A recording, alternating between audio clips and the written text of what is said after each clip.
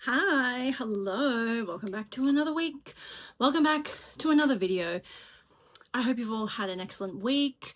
If you're wondering why I look so glowy and delicious, it's sweat, okay? It is so hot in Sydney at the moment. I cannot deal, and I'm currently filming in a room with no air conditioning and no fan because I can't have the noise, and I'm slowly dying. So if I just get more and more haggard throughout the duration of this video, that is why.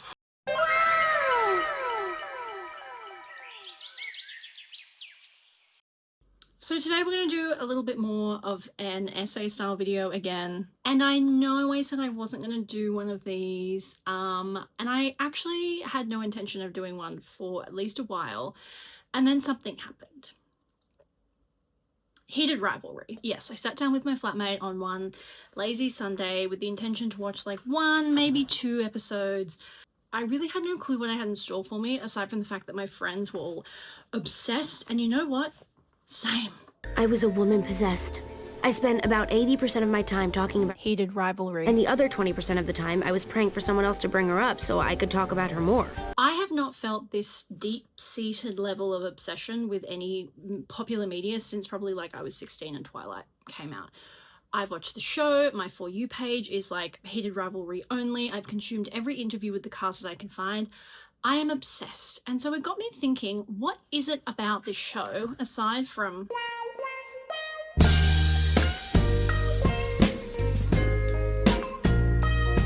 what is it about this show that has people, particularly women, straight women, so enthralled? People are likening the hype around this show to Beatlemania. This is not some passing craze. This is like mass hysteria. So I'm going to be talking a lot about like representation in this show, and just quickly before I get into the thick of it, I did want to point out that Heated Rivalry is not a perfect show, okay?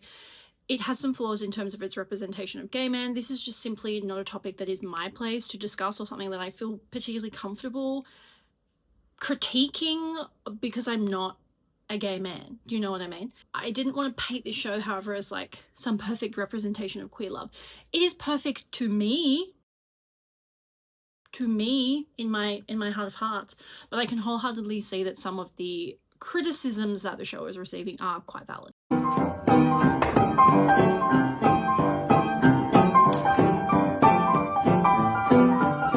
Hockey romance in general is not some new trend. The subgenre really started to take off around like 2022, 2023, when authors like Hannah Grace and Emily Rath really started to gain mass popularity in like the book talk sphere with their hockey romance subplots, and copycat books began to like pop up everywhere. The crazy part is that Rachel Reed, the author of Heated Rivalry, actually her series predates this craze by a couple of years, with it being initially published in 2019.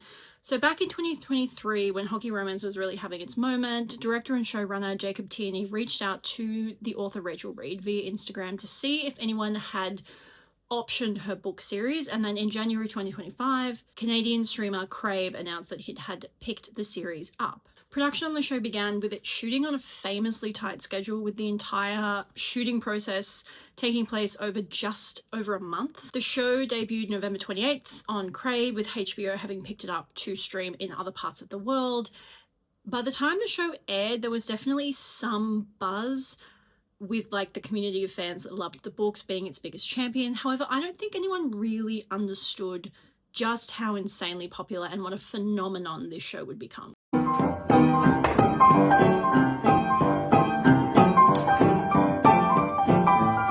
So when we talk about Heated Rivalry being a surprise smash hit, I actually think that majorly undersells what has actually happened here. Because this wasn't just a show that has performed well, it's a show that's grown explosively. When it first premiered in late November 2025 on HBO and Crave, the debut numbers were like solid but not amazing. In its first week, the show pulled in around 30 million watching or streaming minutes, and it looked very much like this was going to be a show that might quietly find its niche and then sort of like disappear. What happens next is nuts though. Instead of plateauing, which is what most people expected, sort of expected it to find a small but really dedicated fan base that would champion it in its own niche spaces on the internet, Heated Rivalry exploded. Week after week, viewership climbed as word of mouth spread, clips circulated, and people started telling each other very urgently that they needed to watch this show. By the time the season finale aired in December, the show's stream minutes had picked up to 324 million streaming minutes watched in a single week, which is insane.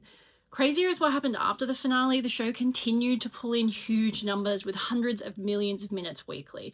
On Canada's Crave platform, it has become the most watched original series in the service's history, and on HBO Max, it's consistently ranked in the top 2 most watched shows across multiple regions. For comparison, a show like Euphoria that has a major marketing budget and an all-star cast, as well as an established audience, it pulls in around 16 million watches per episode. Heated Rivalry, with essentially no established audience, no marketing budget, and a no-name cast, is pulling in just over half of that with 9 million per episode, which is crazy for a show that no one knew existed like 7 weeks ago. I'm gonna have to get my fan. I can't do this. I really hope that noise isn't too much, but I can't do it without the fan, guys. I'm actually dying.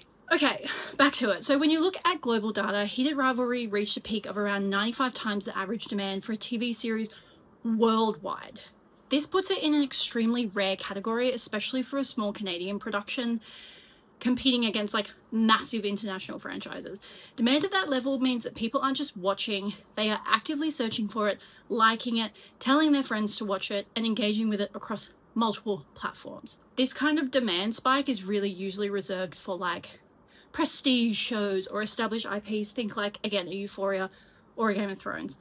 Not something that launched pretty quietly and then has just exploded organically. The buzz hasn't just stayed confined to like fan spaces either. Heated Rivalry has started showing up in mainstream spaces, celebrity conversations, interviews, and like industry analysis. It was reportedly a major topic at pre-Golden Globes events. Brands and marketers have begun openly discussing the insane virality of this show. This is usually a sign that something has crossed over from just being a popular show into like a real cultural moment. The reach of the show has also moved past just North America. In countries like Russia, where LGBTQI+ content is severely censored, Heated Rivalry has still become an underground hit, spreading through online communities and receiving generally rave reviews. That kind of international resonance, especially under really restrictive viewing parameters, is another indicator that the show has tapped into something a lot more deeper and a lot more personal than just mere hype. It's not just trending because it's something new and popular, it's trending because it means something to people. Then there's also the effect on the cast. Within weeks of the show's release, the lead actors went from having relatively small social media followings to gaining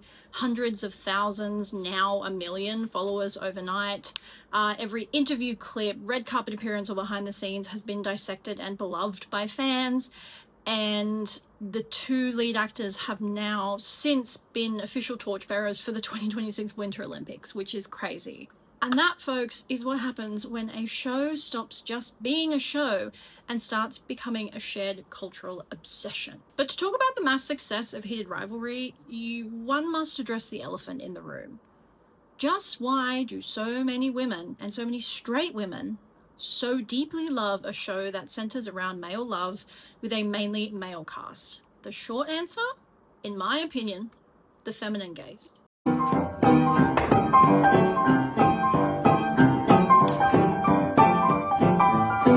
First off, again, I need to add a little bit of a caveat before we get into this. A lot of what I'm about to be talking about refers to women in a heteronormative and white context. When we talk about the female gaze and female pleasure, obviously while discussing that in reference to one particular response to one particular piece of media, it's really hard to get a real in-depth nuance to the discussion.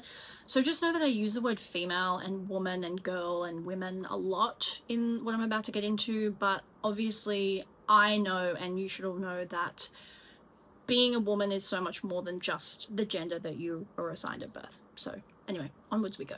The female gaze, or feminine gaze, is a feminist theory which scholars have argued over the exact meaning of for a really long time. No one can quite super agree on a definitive concrete definition, but when we're referring to it in its loosest format, the female gaze refers to the gaze of a female spectator, creator, or director of an artistic work, but isn't necessarily restricted to gender when it comes to the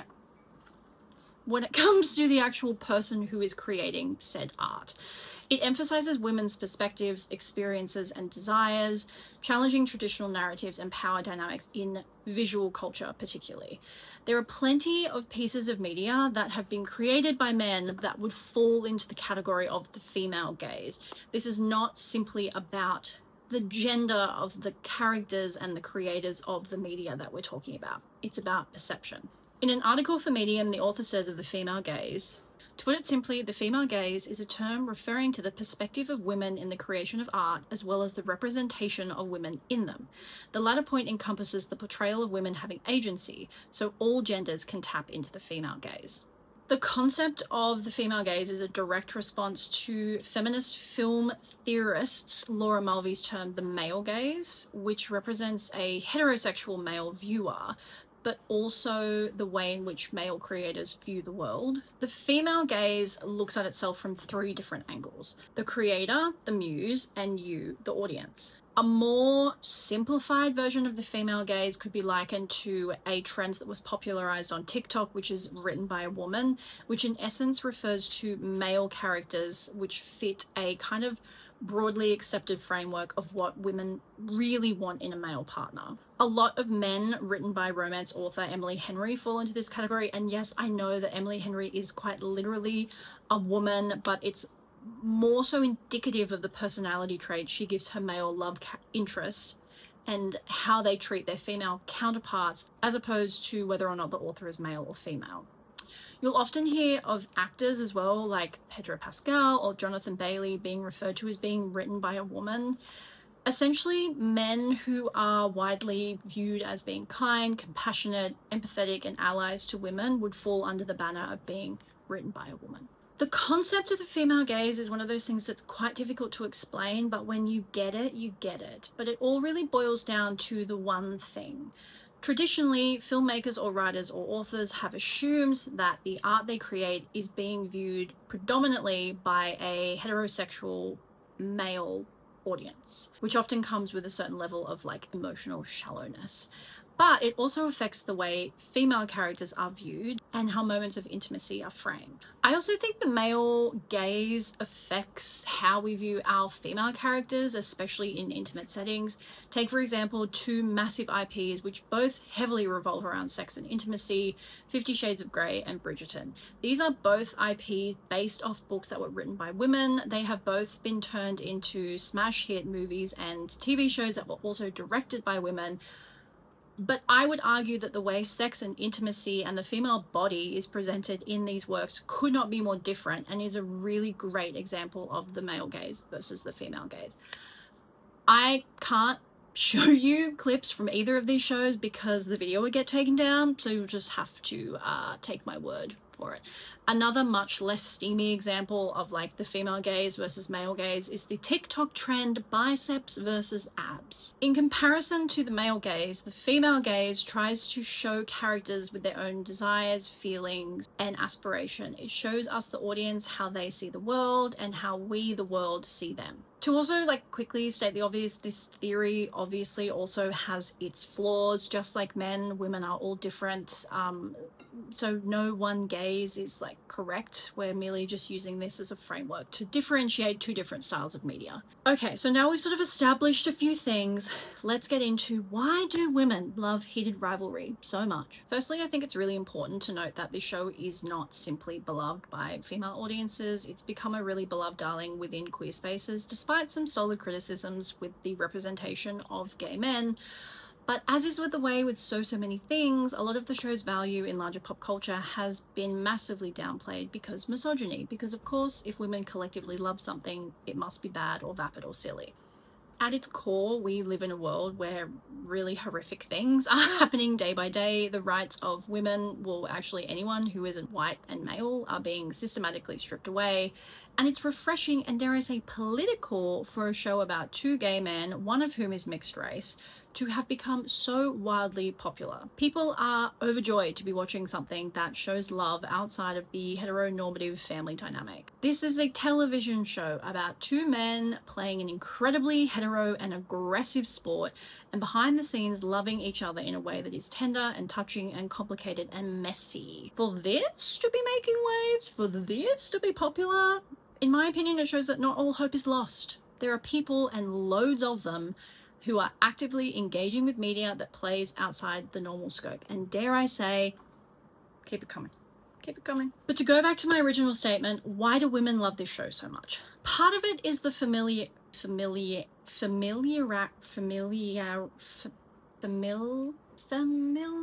can't I say that word? Familiarity. That's not how you say it. Part of it is the familiarity with beloved tropes. In a recent article with Cosmopolitan, Zach Zane, who is the sex and relationship expert from the dating app Grindr, said that its popularity can be tracked to common fixtures from the romance genre that don't tie to gender or sexual identity. Heated Rivalry thrives on suspense, logging, and the verboten. The enemies to lovers trope is a classic one that many people find appealing. Tropes that thrive on a sort of simmering anger and forbidden love are hot, regardless of what you've got in your pants. There's also a lot to be said about the complex nature of sex and desire when it comes to being a woman. Women have historically been demonized for seeking or even thinking about their own pleasure in any form. Worse still, for most women, sexual encounters with men at some point in their life have been traumatic and often violent.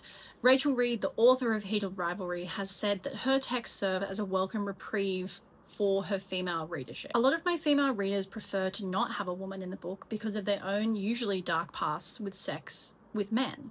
They prefer to get lost in a fantasy where there's nobody there they can relate to directly. They don't want to insert themselves into these sex scenes. It just feels safer. And this is a sentiment that has also been echoed by the showrunner Jacob Tierney. Sex therapist Casey Tanner said of the show's popularity, "Watching sex between two men is a welcome reprieve from the internalized pressure, anxiety, and even trauma many women have come to associate with sex. For many straight women, the pull of Heated Rivalry is getting to watch men do something they crave more of in real life, be wildly, visibly vulnerable. The chemistry between Shane and Ilya isn't subtle. They pine, they spiral, they rearrange their lives around each other." So often when we are introduced to characters who are male and emotionally intelligent or vulnerable, these traits are kind of portrayed as being relegated to softer men with more feminine traits. Heated Rivalry gives women the opportunity to see masculine, sports-playing men also embodying gentler, more vulnerable traits that are usually demonized as being feminine.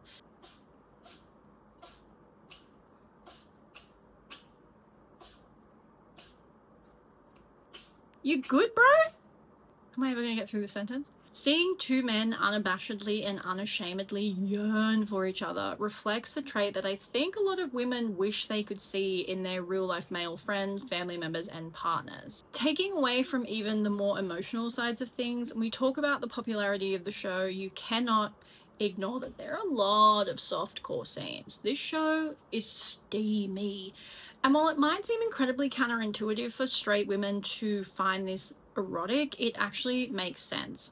By totally eliminating our own involvement in the act, women are enabled to watch men sexually in a way that neither endangers nor demonizes us. It's a pure moment of safe voyeurism. In a recent interview, actor Connor Storrie kind of reflected this idea.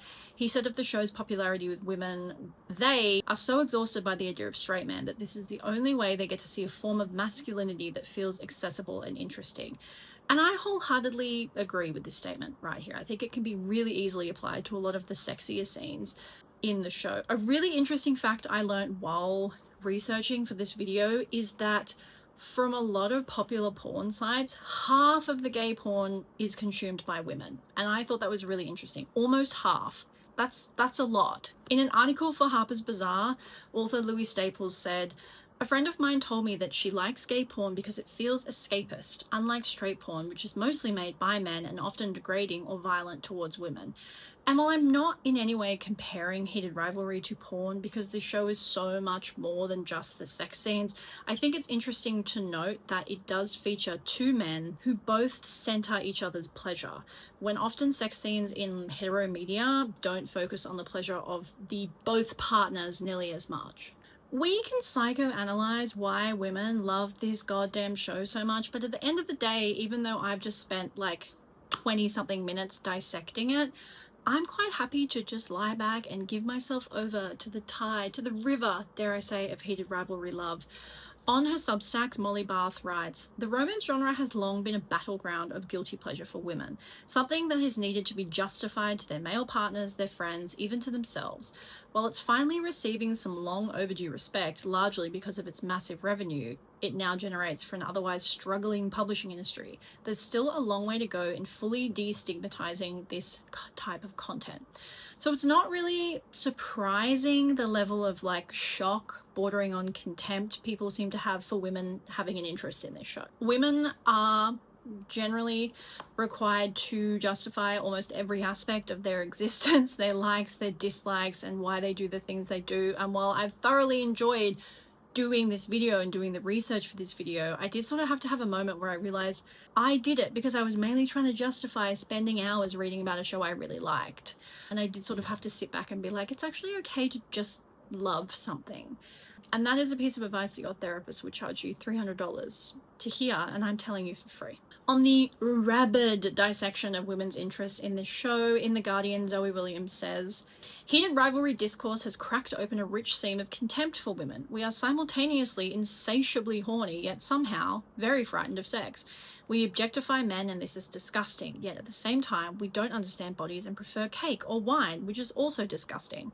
We can't abide other women because they remind us how shit we look, and we can only tap into desire in a fantasy world that doesn't have any of us in it. It's a shame, because I would prefer to enjoy this exquisite love story without a side order of virulent misogyny, but maybe it's refreshing when people say the quiet parts out loud." There is no other show on earth that would receive the same level of heated, see what I did there, discourse over why men love it so much. In saying that, the love that straight men have for professional wrestling, which is in my opinion, like the most homoerotic sport on earth, does require a whole dissertation, but like that's a topic for another day.